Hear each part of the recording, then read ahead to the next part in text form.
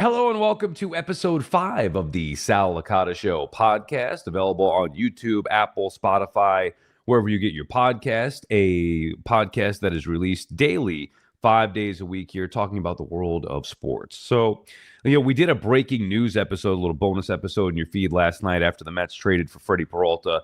That was fun to react to that. I'm not going to rehash that whole thing in case you missed it. Check it out. It's on YouTube or on the podcast feeds. But I do want to expand on, is it expand or expound? Anyway, I do want to further discuss the addition of Freddy Peralta because there are many layers to it for the Mets. And we'll get to the Yankees here and a little note on the Giants and something on the Knicks as well as some fun with Bada Booms. But just to further discuss the moves with the Mets, okay, the number one thing for me is Met fans need to get to a point where they trust Steve Cohen and David Stearns. I understand that ultimately the results are going to matter most, and that hasn't been there. But there was legitimate thought that the Mets weren't going to do anything, and Cohen was trying to save money, and Stearns doesn't want to go get a pitcher, and this or that. And when you actually now look at it, in the last week, no less, last week, but if you just look at the offseason as a whole, what has David Stearns and Steve Cohen done? They took a blowtorch to a team that wasn't any good. A team of losing players. I really wanted to say losers, and I know Bada Booms would have loved if I said losers and cut that up all over TikTok. But there were a bunch of, I'm going to be nice, there were a bunch of losing players collectively as a team did not get the job done. Period. End of story. You could hang on to the 101 wins in 2022 or the magical, miraculous postseason run of 2024. Ultimately, they weren't good enough. Stearns has the sack to identify that and change it, whether you like it or not. That's check number one. Number two, after he does that, shows the sack to break up a core that he knew Met fans was going to like. He goes out there and they tried to get, like, if I were to ask you, Bada Booms, I'll bring you in here real quick, even in the monologue. If I were to ask you, and it's just real quick, who do you think was the best available player-wise free agency this year? Best available player in free agency to get. I mean, I'm going to have to default to Tucker.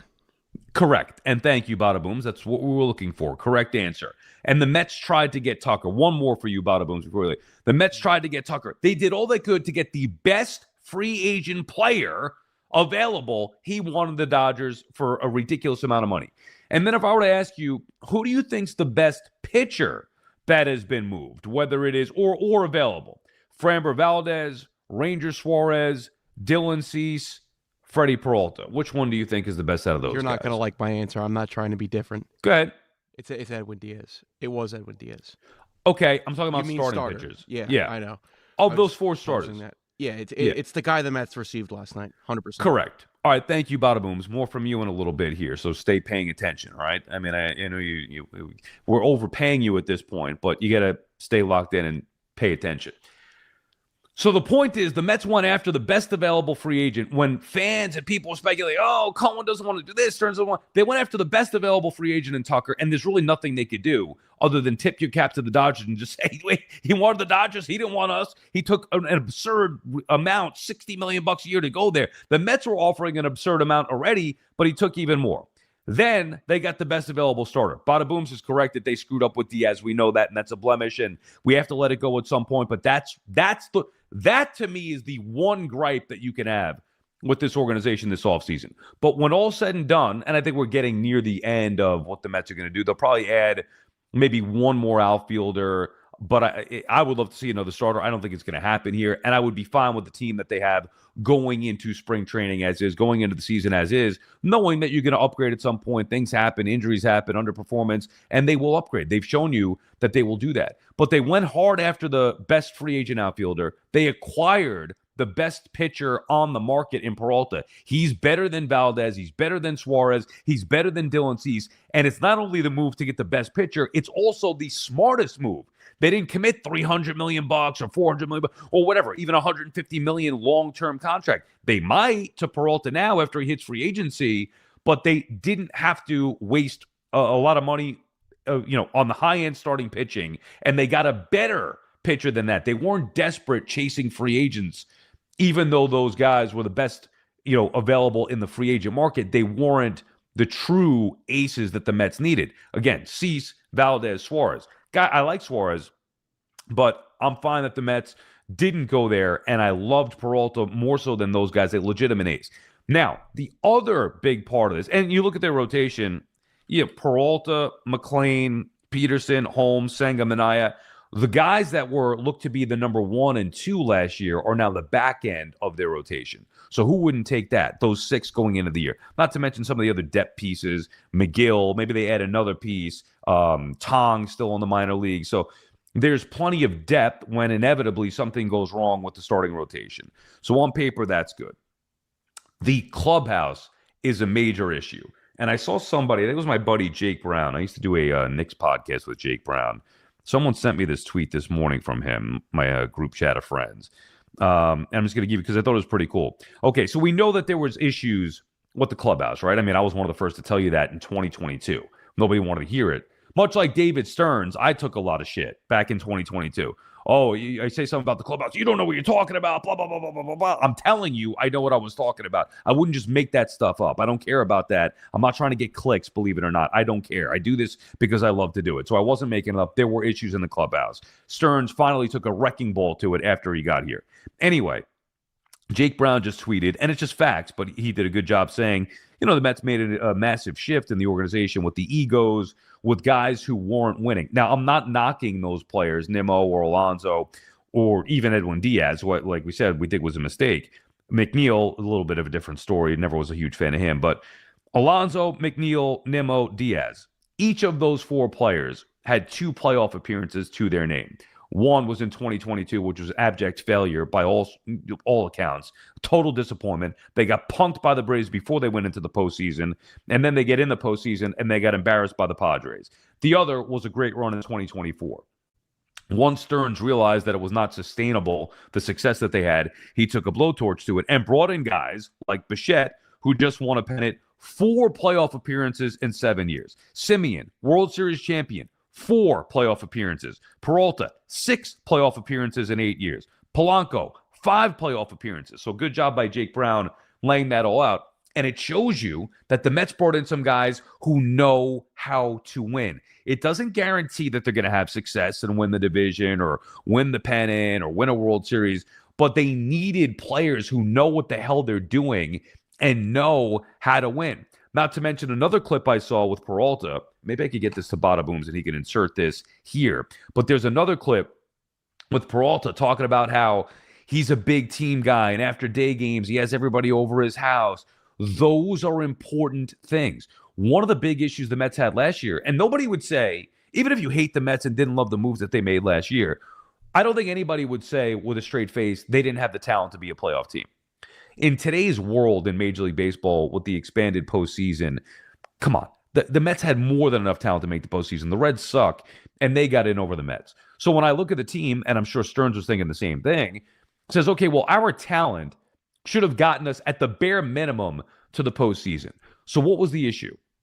Not only the clubhouse chemistry, but also we heard about the Lindor-Soto dynamic. Well, maybe a guy like Peralta, a leader, can help bring those two closer together or just change the entire field. And maybe it's not just him. Maybe it is Bichette or Polanco or Simeon. Those type guys, it's not that Nimmo and Alonso were bad guys, but for whatever reason, that chemistry was off. And now they bring in a bunch of different guys, a bunch of proven vets, a bunch of winners who will change the chemistry, I believe, for the better. Also, you look at the lineup now. Go around the diamond here with the Mets. And whether it is Polanco at first, Simeon at second, Bichette at third, the infield overall, obviously you're going to have Lindor and Alvarez, and maybe you get a bounce back year from Alvarez. That'll help maybe some of the power numbers come up. I'm sure they're relying on that, although I don't know how you could rely on it at this point. It's do or die now for Alvarez, but you get the point. So you look at that infield, that's a far better infield than what they had last year. Vientos, Beatty at third. Now you have those guys as platoon players or DHs. You McNeil at second base. Even Acuna, who I liked at second base. I mean, he's got a pop gun bat. So Semion's a real pro and proven player there. Excellent defensive player. And Polanco, the knock is, well, he's never played first base before. He'll be fine. I mean, I worry a little bit about the footwork, but he's an athlete. And I was talking to somebody. Actually, I was talking to somebody at A-Rod's Christmas party. Bada booms, did I tell you I went to A-Rod's Christmas party? Did you know that? Yeah, yeah. What, you jealous of that? Come on. Maybe next year you'll get the invite. Anyway, I went to but yeah, you got to wear sleeves to that. Anyway, so one of the guys I was talking to at A-Rod's Christmas party was saying that he used to work with Polanco as a young kid, and he's not worried about him transferring to first base at all. The footwork and all that stuff will be there. His arm's going to be better than Alonso because I think you or I have a better arm than Pete Alonso. I'm not trying to knock him. It's the reality. I mean, why can't we be truth sayers anymore? We can't be truthful anymore. Everybody's got to sugarcoat things and lie about things. I mean, we all saw it. He couldn't even flip the ball to first base. He derailed the Mets season, killing Kodai Senga. So the infield's going to be better. And then the outfield, and this is what I really love about Luis Robert, where the floor is better than anything the Mets had last year, and the ceiling is better than anything the Mets have had since Carlos Beltran. He's a Gold Glover in center field. That's going to help Soto and right. That's going to help Benj in left. So bare minimum, you're getting a legitimate defensive stud outfielder. I thought they were going to have that with Siri last year. That was an utter disaster. Jose Siri was a 0 for the Mets.